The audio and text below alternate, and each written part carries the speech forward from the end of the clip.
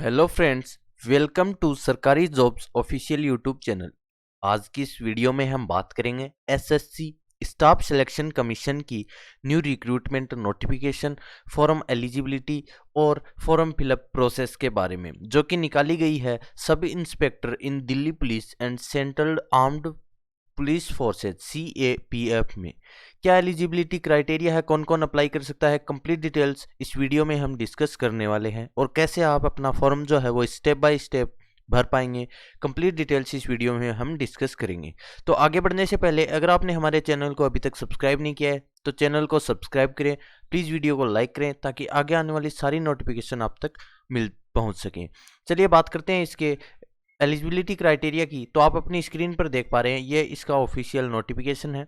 जो फॉर्म जो है वो आप 22/7 से 15/8 तक ऑनलाइन मोड में भर पाएंगे।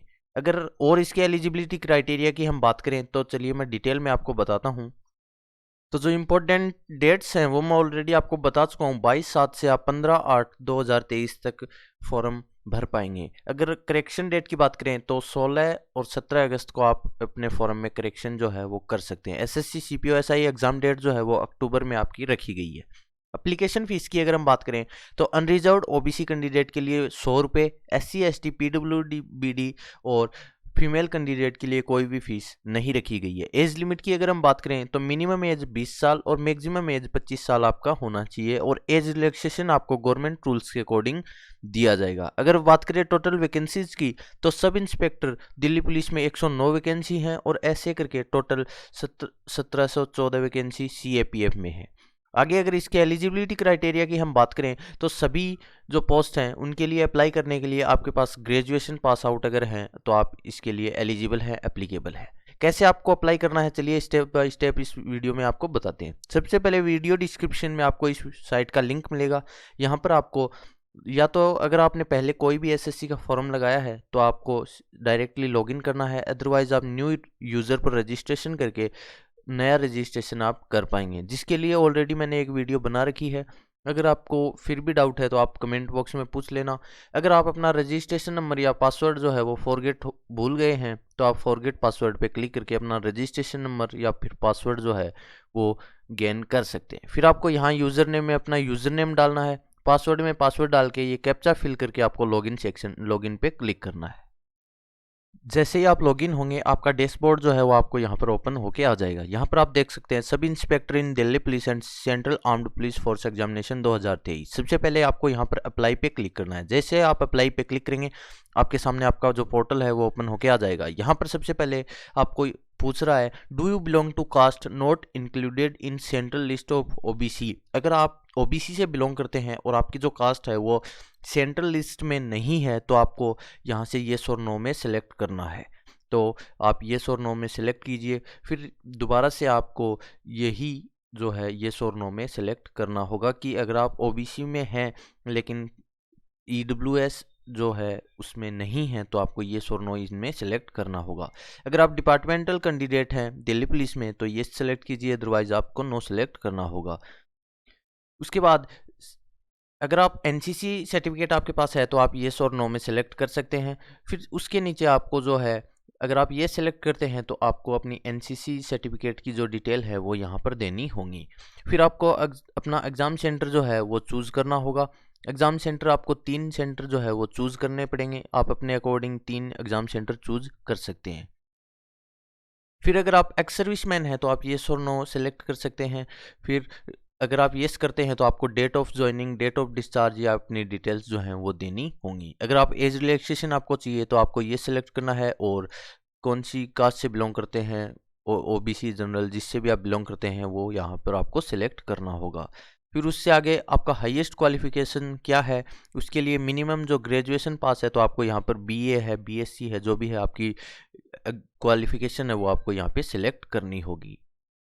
ये सिलेक्ट करने के बाद आपको अपना जो स्टेटस है, अगर आप पास हैं तो आपको पास सेलेक्ट करना है और अगर आप अपीयरिंग है तो अपीयरिंग में आपका जो 15/8/2023 तक आपका जो रिजल्ट है वो आ जाना चाहिए, तभी आपको अपीयरिंग करना है। और अगर आप पास आउट हैं तो आपको यहाँ से पास सेलेक्ट करके जिस भी ईयर में आप पास आउट हैं वो आपको ईयर सेलेक्ट करनी है। यहाँ से आप बोर्ड या यूनिवर्सिटी जिस स्टेट में है वहाँ वो सेलेक्ट करना है, और यहाँ से आपको यूनिवर्सिटी का नाम, यहाँ पर रोल नंबर, परसेंटेज या फिर CGPA जो है वो डाल के आपको रखना है। फिर आगे, do you want to make your personal information available. अगर आप जॉब अपॉर्चुनिटीज़ के लिए आपकी ये जो पर्सनल इन्फॉर्मेशन है ये क्या आप प्रोवाइड करना चाहते हैं, तो आप येस और नो में किसी भी चीज़ को सिलेक्ट कर सकते हैं। तो आपको नॉर्मली येस ही सिलेक्ट करना होता है, आप ये सिलेक्ट कीजिए। उसके बाद आपको फोटोग्राफ और सिग्नेचर अपलोड करने हैं, जिसमें फ़ोटो जो है वो 20 KB से 50 KB आपका होना चाहिए, और साइन जो है वो 10 KB से 20 KB का होना चाहिए। लेकिन फ़ोटोग्राफ आपको क्या करना है, बिना स्पेक्टेकल्स या फिर कैप के, बिना किसी चश्मा या किसी टोपी के आपको जो है वो अपलोड करना होगा, जो कि 23 अप्रैल 2023 के बाद में लिया हुआ होना चाहिए। इसका मतलब ये है कि आपका लेटेस्ट फोटोग्राफ जो है वो होना चाहिए। फोटोग्राफ कैसा होना चाहिए, उसकी कुछ ऑफिशियल जो नोटिफिकेशन है उसमें लास्ट पेज पे कुछ स्कैन या स्पेसिमेन जो दिए गए हैं, यहाँ पर आप ऊपरी ऊपर देख सकते हैं। ऐसा आपका नॉर्मल फोटोग्राफ जो है वो होना चाहिए, जो कि ब्लर नहीं होना चाहिए, गूगल्स के साथ नहीं होना चाहिए। ऐसा ये जो कुछ दिए गए हैं सिंपल, ऐसा आपका फोटोग्राफ जो है ऊपरी ऊपर जो है वो होना चाहिए, जो कि एक्सेप्टेबल है। डेट ऑफ फोटोग्राफ और नाम जो है वो उसकी कोई मैंडेटरी नहीं है। अगर आप ऐसा करके स्लेट हाथ में लेके खिंचवाते हैं तो अच्छी बात है, वरना वो अगर आप नहीं करते हैं तो भी वो एक्सेप्टेबल है, आपका फॉर्म जो है वो रिजेक्ट नहीं किया जाएगा। फोटोग्राफ एंड सिग्नेचर अपलोड करने के बाद आपको यहाँ से whether the photograph has taken और ऑन और आफ्टर द 23 अप्रैल 2023, तो यहाँ ये पूछ रहा है कि क्या आपका फोटोग्राफ जो है वो 23 अप्रैल 2023 के बाद लिया गया है। तो आपको यहाँ से ये सिलेक्ट करना है, और आई एग्री पे क्लिक करके आपको यहाँ पे ये कैप्चा कोड डाल के प्रीव्यू पे क्लिक करना है।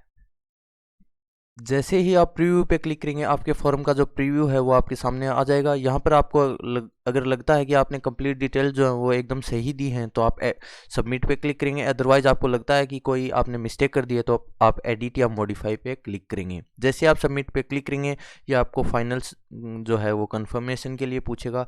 फिर अगर आप इसका प्रिंट आउट लेना चाहते हैं तो आपको यहाँ पर प्रिंट पे क्लिक करना है, और आप अपने फॉर्म का जो है वो प्रिंट आउट ले पाएंगे। और अगर आपका कोई फ़ीस लगता है तो यहाँ से आपको दूसरा ऑप्शन दे रहा है कि आपका पेमेंट के लिए जो है वो प्रोसीड करना चाहते हैं, तो आपको येस पे क्लिक करना है। जैसे आप येस पे क्लिक करेंगे आपको यहाँ पर फीस पेमेंट मोड ऑनलाइन ही रहेगा। फिर आपको सबमिट पे क्लिक करना है। जैसे ही आप यहाँ पे क्लिक करेंगे आपको ये जो है पेमेंट गेटवे के ऊपर रीडायरेक्ट कर देगा। यहाँ से आपको debit card, credit card, UPI जिसके थ्रू भी आप पेमेंट करना चाहें वो कर सकते हैं। फिर कंफर्म पे क्लिक करना है, दोबारा से कंफर्म पे क्लिक करना है, और ये आपको नए पेज पे जो है वो रीडायरेक्ट कर देगा। यहाँ पर आप अपना card details, expiry date, card holder name, CVV और ये कैप्चा डाल के पेन पे OTP के थ्रू जब आप फीस पेमेंट जो है वो कर देंगे तो आप अपना फाइनल प्रिंट आउट जो है वो फॉर्म सबमिशन का ले पाएंगे और उसको अपने पास रख पाएंगे फ्यूचर रेफरेंस के लिए फर्दर। तो दोस्तों ये थी कैसे आप step by step SSC, CPO, Delhi police और CAPF में अप्लाई कर सकते हैं। स्टेप बाय स्टेप क्या था एलिजिबिलिटी क्राइटेरिया, कंप्लीट डिटेल्स मैंने इस वीडियो में डिस्कस की है। अगर आपको फिर भी कोई डाउट हो तो आप हमें कमेंट बॉक्स में कमेंट करके पूछ सकते हैं, हम आपको रिप्लाई ज़रूर से कर देंगे। At last thanks for watching. जाते जाते फिर से रिक्वेस्ट करना चाहूँगा, अगर आपने हमारे चैनल को अभी तक सब्सक्राइब नहीं किया है तो प्लीज़ चैनल को सब्सक्राइब करें, वीडियो को लाइक करें ताकि आगे आने वाली सारी नोटिफिकेशन आप तक पहुँच सकें।